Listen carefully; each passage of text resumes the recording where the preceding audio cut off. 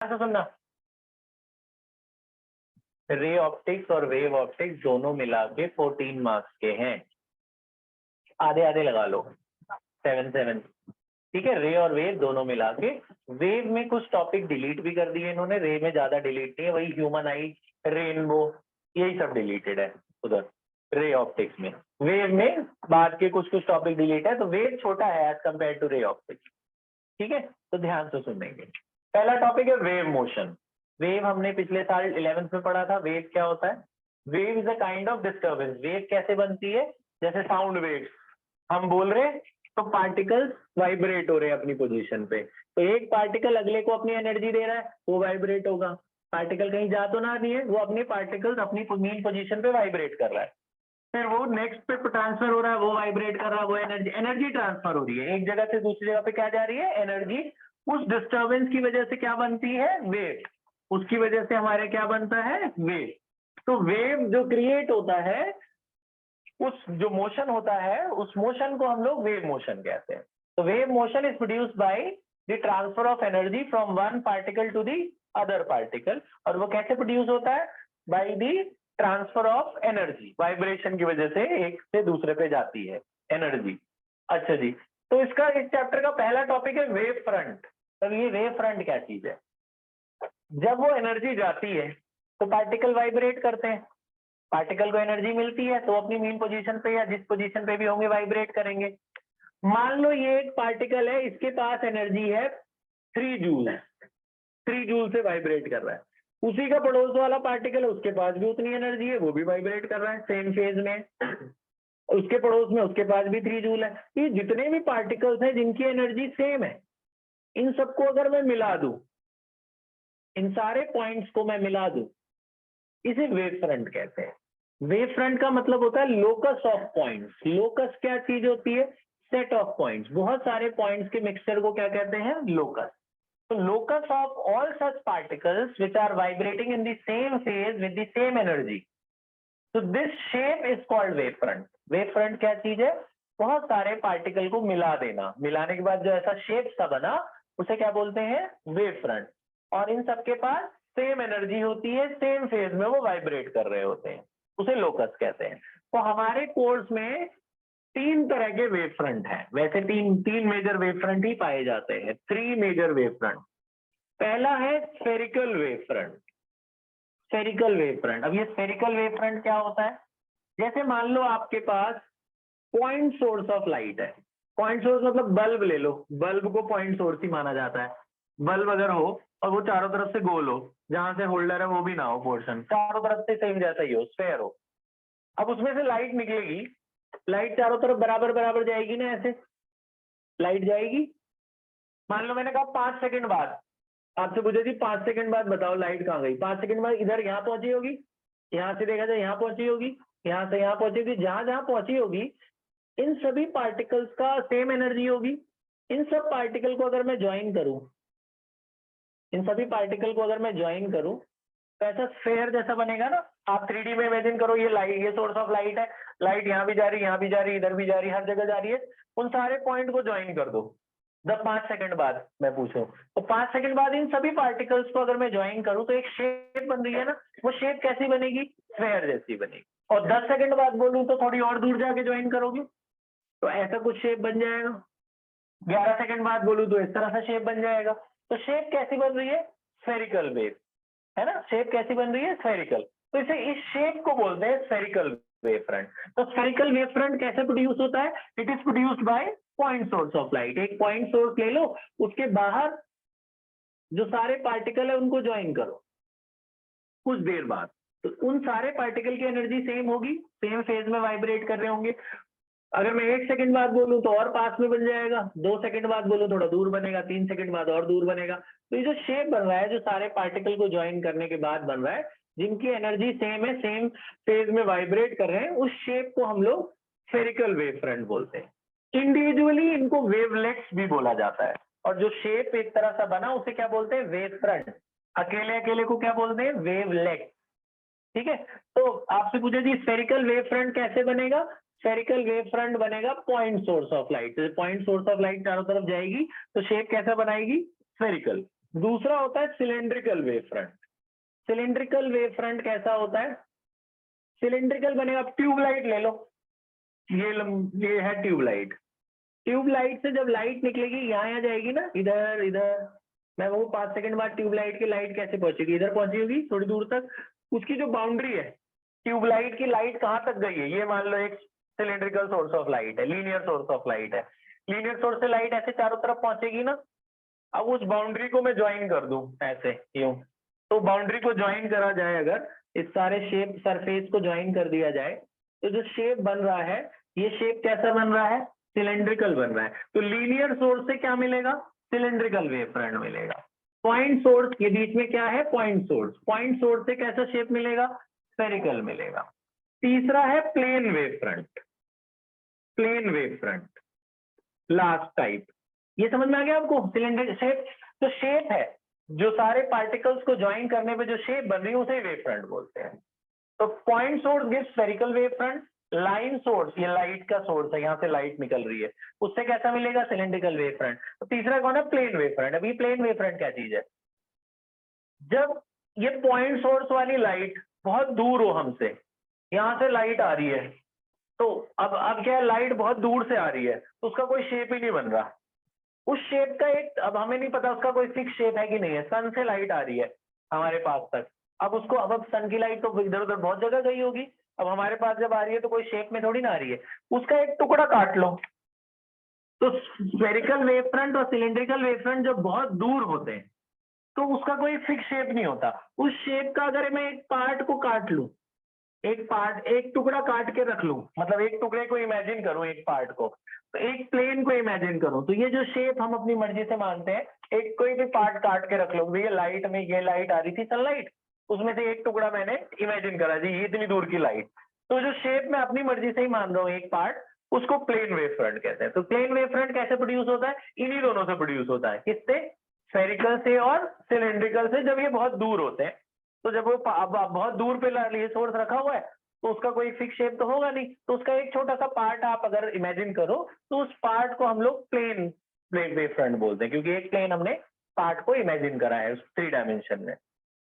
तो as the spherical and cylindrical wave front advances, it forms a plane wave front. तब इसकी वजह से एक प्लेन वेव फ्रंट बनता है। तो ये प्लेन वेव फ्रंट है। Cylindrical wave front, spherical wave front और प्लेन वेव फ्रंट। तो इसका कोई स्पेसिफिक सोर्स ऑफ लाइट नहीं है, इन्हीं दोनों से बनता है ये स्फेरिकल से, ये किससे बनता है? पॉइंट सोर्स से, ये लाइन सोर्स से, और ये दोनों से बन जाता है। जब ये बहुत दूर रखे हो, तब जब लाइट आएगी कोई फिक्स शेप नहीं होगा, तो वो प्लेन वेव फ्रंट बनाएगा। इन सब के बारे में जिसने डिस्कवर किया था उनका नाम था हाइजन। हाइजन ने ही इनको बनाया था और हाइजन ने इनके बारे में बताया। हाइजन ने 2 लॉज दिए थे, 2 अजम्पशंस लिए थे। पहली अजम्पशन, आपको सबसे पहले वेव मोशन में क्या बताया, किसी पार्टिकल को एनर्जी मिलती है तो वो क्या करता है? वाइब्रेट करता है। जब वो वाइब्रेट करता है तो वो एनर्जी किस पे जाती है? अगले पे, फिर वो वाइब्रेट करेगा, फिर वो अगले पे जाएगी, फिर वो वाइब्रेट करेगा। तो the first particle is called primary, और सेकंड वाले को क्या बोलेंगे? सेकेंडरी। फिर अगले वाले के लिए ये प्राइमरी होगा, वो सेकेंडरी बन जाएगा। तो every particle acts as a primary for the next particle. ये प्राइमरी है, और ये जिसको डिस्टर्ब करके बना रहा है वो क्या है? सेकेंडरी। फिर अगले वाले के लिए ये सेकेंडरी हो जाएगा, और जो उसको प्रोड्यूस कर रहा है वो क्या हो जाएगा? प्राइमरी। तो इसने यही बताया पहला पॉइंट, कि every point in a plane acts as a fresh source of disturbance. ये डिस्टर्ब करके उसे बना रहा है ना। So every point in a plane acts as a fresh source of disturbance for producing the secondary wave front. तो हर point एक new energy देता है दूसरे को बनाने के लिए, तो वो प्राइमरी कहलाता है, और अगला वाला क्या कहलाता है? सेकेंडरी। अब प्राइमरी की वजह से एनर्जी जरूर थोड़ी यही जाए, इधर भी तो पास हो सकती है, इधर भी ऐसे भी वाइब्रेट कर सकता है। वो कोई फिक्स थोड़ी है वो ऐसे ही वाइब्रेट कर रहा होगा, वो ऐसे घूम घूम के भी वाइब्रेट कर ले, कैसे भी वाइब्रेट। तो सेकेंडरी वेव फ्रंट जो बनेगी वो जरूरी नहीं यही बने, वो हर पॉसिबल डायरेक्शन में बन सकती है ना। उसके आसपास जो भी पार्टिकल होंगे सबको टच करेगा, वो जब वाइब्रेट करेगा तो सबको एनर्जी ट्रांसमिट करेगा। तो पहला पॉइंट उसने यही बोला कि every point in the plane wave front, in the surface, in the plane, acts as a fresh source of producing the secondary wave front. And the secondary wave front moves in all possible directions. Secondary wave front her direction में जा सकती है। फिर दूसरा उसने क्या बोला? दूसरा उसने बोला मान लो ये प्राइमरी है, ये प्राइमरी के पार्टिकल है, ध्यान से देखना, और ये मैंने प्राइमरी के पार्टिकल पे सर्कल बनाया। ये प्राइमरी की शेप है, ऐसी आ रही है प्राइमरी, ये प्राइमरी आ रही है इस तरह से, ये प्राइमरी है, ठीक है जी। फिर से बताता हूँ, मान लेते हैं कि ये प्राइमरी के पार्टिकल, मैं इस तरह से शेप बना देता हूँ, फिर ये इसके पार्टिकल्स है। ये प्राइमरी का, ये प्राइमरी वेवलेट है, ठीक है, पहले वाली थी, पहले वाले सारे पॉइंट को जोड़ के मैंने वेव फ्रंट बना लिया। अब मुझे बोला जी 2 सेकंड के बाद बताओ कि जी जो सेकेंडरी बनेगी इसकी वजह से वो कैसे बनेगी 2 सेकंड बाद। तो उसने क्या बोला हाइजेन ने, उसने बोला कि जितने भी पॉइंट्स हैं उसमें से कुछ पॉइंट लो, ये फॉर्मूला लगाओ, डिस्टेंस इक्वल टू क्या होता है, स्पीड इनटू टाइम। अब ये लाइट है तो लाइट की स्पीड से चलेगी, हम लाइट की बात कर रहे हैं, लाइट के सारे के सारे, तो स्पीड ऑफ लाइट लेना है, distance equal to speed into time. Speed किसे लेना है, लाइट की स्पीड को, लाइट कितना होता है 3×10⁸, और टाइम मुझे बोला जी 2 सेकंड बाद, अपनी मर्जी से आप कितने टाइम बाद भी निकाल सकते हो, 2 second, 1 second, point something second. तो time, distance equal to speed into time का फॉर्मूला लगाना है और इसको रेडियस मानना है, ये जो वैल्यू है इसको क्या मानना है, रेडियस, और इनको सेंटर मानना है और एक सर्कल बनाना है। इसको सेंटर लेते हुए, इसको रेडियस लेते हुए एक सर्कल बनाएंगे। इस पे हमने इस पे सर्कल बना दिया, सर्कल बना दिए, हर पॉइंट को सेंटर लेते हुए इस पे हमने सर्कल बना दिए। ये रेडियस है, इन सबके रेडियस है। रेडियस कैसे निकला, स्पीड इनटू टाइम से। कि जितने सर्कल बने हैं इनका एक टेंजेंट खींचो जो दोनों सबको टच करता हो, कॉमन टेंजेंट। सब पे टेंजेंट अगर मैं डालूं, कैसा डालूंगा, इस तरह से डालूंगा ना, सब पे टच करता हुआ जाए वो टेंजेंट, कुछ इस तरह से होगा जो सब पे टेंजेंट टच करेगा, सब पे एक जगह टच करता हो जाए, काटे ना। तो ये जो शेप आई है ये सेकेंडरी वेवलेट है। ये क्या है, सेकेंडरी वेवलेट। अब इससे कोई बोले जी अब इसका बनाओ तो उसका सेकंड, अब ये प्राइमरी मानो, इसका सेकेंडरी बनाओ, तब इसके पॉइंट को आप सेंटर लेना और इस पे सर्कल खींच देना, ऐसे सर्कल बनेंगे इस पे भी, फिर उसका एक कॉमन टेंजेंट खींच देना, वो क्या हो जाएगा, वो उसका सेकेंडरी हो जाएगा। फिर ऐसे आप आगे जाते रहोगे कितनी दूर भी। तो कहने का मतलब है ये आपकी प्राइमरी है, ये जो ये वाली है ये क्या है, प्राइमरी, आप लिख लेना, या ये प्राइमरी वेवलेट है, और जो दूसरी बनी वो क्या है, सेकेंडरी वेव। तो सेकेंड लॉ यही बोला उसने कि जो प्राइमरी वेवलेट है उस पे अगर हम सर्कल ड्रॉ करेंगे, टेकिंग रेडियस, कैसे लेना है, रेडियस लेना है स्पीड इनटू टाइम को, और उस जितने भी सर्कल हमने ड्रॉ करे उसका जो कॉमन एनवलप है, एनवलप का मतलब टेंजेंट, उसका जो कॉमन एनवलप है, that envelope will give us the secondary wavelet, वो हमें सेकेंडरी वेवलेट देगी। फिर उसके सेकेंडरी लेना तो उस पर भी सर्कल लेके उसका भी कॉमन एनवलप खींच लो, उसके आगे देना, ऐसे करके सेम प्रोसेस रिपीट कर लो, कितना भी सेकेंडरी आप बना सकते हो। ये बात समझ में आ गई, ठीक है। अच्छा, तो आप 1-2 मिनट के अंदर ये तीनों वेव फ्रंट बना लो और ये बना लो, फिर उसके बाद हम लोग करते हैं हाइजीन प्रिंसिपल से लॉ ऑफ रिफ्लेक्शन का प्रूफ। 2 मिनट के अंदर कर लो जल्दी बेटा, पहली डेरिवेशन इस चैप्टर की। ध्यान इधर बेटा, लॉज ऑफ रिफ्लेक्शन हमने पिछले चैप्टर में किया था, याद है, laws of reflection of light, laws of reflection of light का ना प्रूफ इस चैप्टर में, proof of laws of reflection of light by Huygens principle, Huygens wave theory. Huygen principle की हेल्प से लॉज ऑफ रिफ्लेक्शन आपको याद होगा कि भाई जब लाइट इंसिडेंट होती थी, रिफ्लेक्ट होती थी, तो ये एंगल ऑफ इंसिडेंस होता था, क्या होता था, एंगल ऑफ रिफ्लेक्शन। ये आई और आर इक्वल होते थे, और इंसिडेंट रे, रिफ्लेक्टेड रे और नॉर्मल सब एक ही प्लेन में लाई करते थे। इसका प्रूफ आता है इससे 3 नंबर का, ठीक है। प्रूफ बहुत छोटा है, एक्सप्लेनेशन थोड़ी बड़ी है, ध्यान से सुनना, प्रूफ वो बहुत आसान है इसका, ध्यान सुनो। मान लेते हैं कि ये एक सरफेस है जो इधर से पेंटेड है, ये इधर से पेंटेड है, इसका नाम दे देते हैं एक्स वाई। ये सरफेस है, it is a reflecting surface, reflecting मतलब एक साइड से पेंट कर रखी है, एक प्लेन सोर्स ऑफ लाइट आगे इस पे पड़ रही है, प्लेन सोर्स याद है, एक टुकड़ा, तो ये मान लेते हैं प्लेन सोर्स है, ये आगे इस पे पड़ी, इसका नाम दे देते हैं ए बी। ए बी क्या है, it is a plane source of light, ये प्लेन सोर्स ऑफ लाइट, ऐसे ऐसे मान लो, ऐसे कागज इस पे पड़ा, मान लो कागज, लाइट का एक पार्ट आके इस पे पड़ा, तो एक पार्ट तो सीधा इसी पे इंसिडेंट हो रहा है, एक पार्ट सीधा कहाँ इंसिडेंट हो रहा है, हमने ए माना था, बी माना था डायग्राम में, देखना जरा, हमने जो स्टेटमेंट लिखी है उसमें शायद बी माना था, बी माना था ना, B is incident on the surface, है ना। तो ए भी ऐसे ले लेना, मतलब इसको ए ले लेना, इसको बी ले लेना। ये हमने स्टेटमेंट में माना। हमने माना कि जो बी वाला टुकड़ा है वो सीधा इस पे पड़ रहा है, जो हमारी रिफ्लेक्टिंग सरफेस है, ए ऊपर है, ठीक है। अब ए में से कुछ लाइट जो है, यहाँ से इसमें से लाइट निकलेगी जाके इस पे पड़ेगी, एक तो पड़ी गई है, इसमें से निकलेगी। अब जो लाइट यहाँ पे पड़ी है, ये लाइट मान लो आई है ऐसे, फिर वो आगे रिफ्लेक्ट भी होगी, वो आगे रिफ्लेक्ट करेगी, और यहाँ से भी लाइट आके ए वाली साइड से भी पड़ी है, और यहाँ से भी जब वो पड़ेगी तो आगे क्या होगी, वो रिफ्लेक्ट। यहाँ से ये भी आपकी क्या होगी, रिफ्लेक्ट। ये इंसिडेंट हुई और ये क्या हुई, रिफ्लेक्ट। और यहाँ भी इंसिडेंट हुई, ये रिफ्लेक्ट हुई। ध्यान से समझ लेना डायग्राम को, इसका डायग्राम थोड़ा कॉम्प्लिकेटेड लगता है बनने के बाद। इस पॉइंट पे एक नॉर्मल बना लेते हैं, ये क्या चीज है, नॉर्मल। इस पॉइंट पे भी एक नॉर्मल बना लेते हैं, ये नॉर्मल है, ठीक है, कहना ठीक है सबको।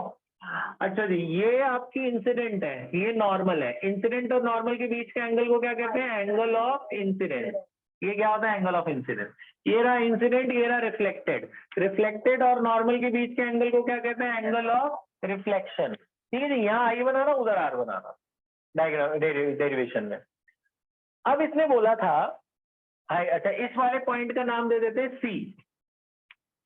यहां से लाइट कहां पहुंची, सी पर। ए से सी को रेडियस लेते हुए, ए से कहां पहुंची है, इधर सी, इसको क्या लेना है, रेडियस।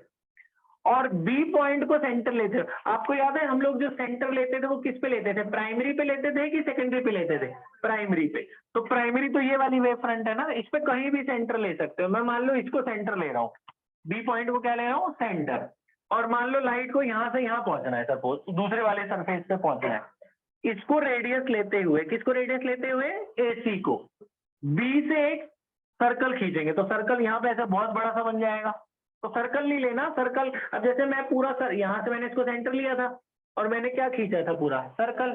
सर्कल ना खींच के मैं एक छोटा टुकड़ा भी तो खींच सकता था ना, एक आर्क। उस आर्क पे फिर मैं ज्वाइन कर देता। तो यहाँ से बी से एक छोटा सा आर्क खींचेंगे। कहाँ से खींचेंगे, बी से। तो बी से मान लो मैं एक आर्क ले रहा हूँ, ये मेरा आर्क है, ये मेरा आर्क है, ठीक है। कहाँ, ये पूरा आर्क बना देता हूँ। चलो, इस AC को रेडियस लेते हुए बी से क्या खींच रहे हैं, एक आर्क। तो ये मैंने एक आर्क खींच लिया जी, ये आर्क खींचा।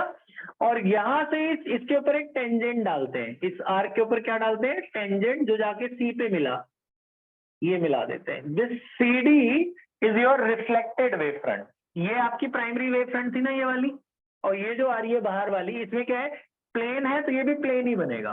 तो जो शीशे के अंदर से चमक के बाहर दिखेगा ना तुम्हें ऐसा दिखेगा। वो जो प्लेन वेव फ्रंट आ रही है ना ऐसे, जिसपे पड़ेगी, तो पढ़ने के बाद तुम्हें जो सेकेंडरी वेव फ्रंट दिखेगी वो ये दिखेगी। वो कौन सी प्लेन वेव फ्रंट है, CD। तो CD is your reflected wave front, यानी कि सेकेंडरी वेव फ्रंट है ये आपकी, सेकेंडरी वेवलेट या सेकेंडरी वेव फ्रंट। ये आपकी रिफ्लेक्टेड वाली है, यानी कि आपकी ये सेकेंडरी वेव फ्रंट है। इसी को आपने वर्ड में वहां इतना बड़ा जो लिखा है आपने, वो यही लिखा है। फिर से देख लो एक बार क्या हुआ था। ये ए बी पड़ी थी इसके ऊपर, ए बी का एक हिस्सा यहाँ सीधा ही पड़ा शीशे के ऊपर, दूसरा हिस्सा इधर जाके पड़ेगा सी के ऊपर। दूसरा हिस्से से जो लाइट निकलेगी वो सी पे पड़ेगी।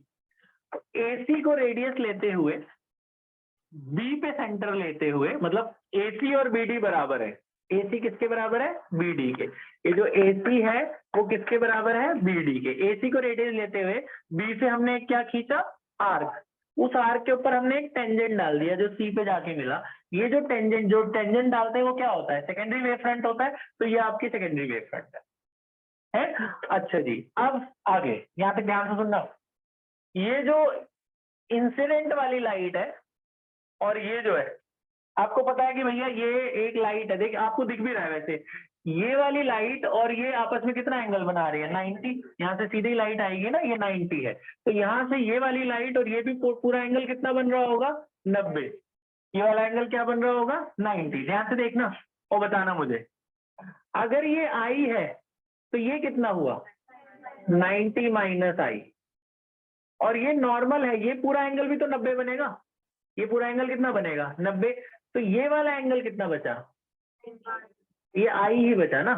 देखो जरा इन दोनों को जोड़ोगे तो आई और आई कट गया तो क्या बचा, 90 बचा ना। ये पूरा एंगल कितना होता है, 90। मतलब इन शॉर्ट मैं तुम्हें ये बता दूं ट्रिक, कि याद ही कर लेना सीधा, कि तुम्हें समझाने के लिए आई कैसे हुआ वो। एक काम करने से, ये आई है ना, तो एक छोड़ के अगला वाला आई लिख देना। हुआ ऐसे कि ये पूरा एंगल 90 होता है, आपको बताया, तो ये आई है तो ये कितना होगा 90 माइनस आई। अब अगर ये 90 माइनस आई है तो बगल वाला आई होगा, क्योंकि तभी इन दोनों को जोड़ के 90 बन रहा है। ठीक है, तो ये वाला अगर 90 माइनस आई है तो इसके बगल वाला ये एंगल कितना होगा आई, क्योंकि इनको जोड़ने पर आई आई कट के 90 आ जाएगा ना वापस। तो ये 90 माइनस आई तुम्हें नहीं दिखाना, वो तुम्हें बस समझाने के लिए हमने बताया कि भैया ये आई। इसी तरह से उधर आप बताओ, ये आर है, तो इसको छोड़ के ये बगल वाला एंगल भी क्या होगा आर। इसको छोड़ दो तो ये बगल वाला भी क्या होगा आर। सिमिलरली, ये समझाना नहीं है आपने, बस डायग्राम में लिख देना।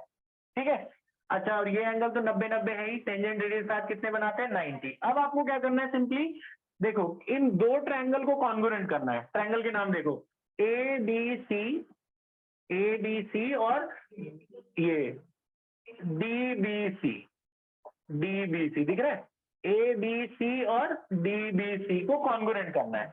कॉन्ग्रुएंट में तीन चीजें चाहिए, एक तो 90-90 इक्वल हो गया, एंगल ए किसके बराबर है एंगल डी को, कितने डिग्री है 90। बी और सी, BC देखो इसमें भी आ रहा है इसमें भी आ रहा है, BC बराबर BC कॉमन, यही होता है ना। तीन चीजें लानी होती है। और आपको याद है जितना बड़ा AC था उतना ही बड़ा तो BD खींचा था ना बाय कंस्ट्रक्शन। AC और BD बराबर थे ना, क्यों बराबर थे, वो उसको रेडियस मान के खींचा था हमने, है ना। AC और BD आपस में क्या थे इक्वल, तो एक 90-90 इक्वल हो गया, और एक ये साइड इक्वल हो गया, और एक AC किसके बराबर हो गया, AC किसके बराबर हो गया BD के।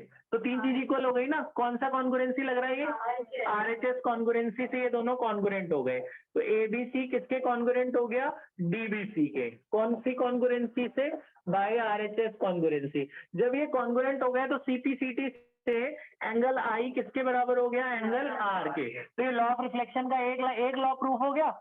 और नीचे एक और चीज लिख देना, क्या, कि भैया incident ray reflected ray normal हो तो एक ही प्लेन पे है ना। Incident ray reflected ray normal all lie in the same plane which proves laws of reflection। यहाँ एक लाइन लिखनी है, क्या लिखनी है, incident ray reflected ray normal all lie on the same plane, so which proves laws of reflection of light। तो देख लो proof इतना सही है, एक्सप्लेनेशन उसकी इतनी बड़ी है, ये वाला डायग्राम एक्सप्लेनेशन है उसकी, आया समझ में। तो which proves laws of reflection of light. यहाँ क्या लिखना है एंड के बाद, कि भाई इंसिडेंट रे नॉर्मल और reflected ray all lie in the same plane. बात समझ में आई। ठीक है, प्रूफ क्या करना, बस कॉन्ग्रुएंट कर देना, इतना सा प्रूफ है इसका। पॉज कर दे बेटा।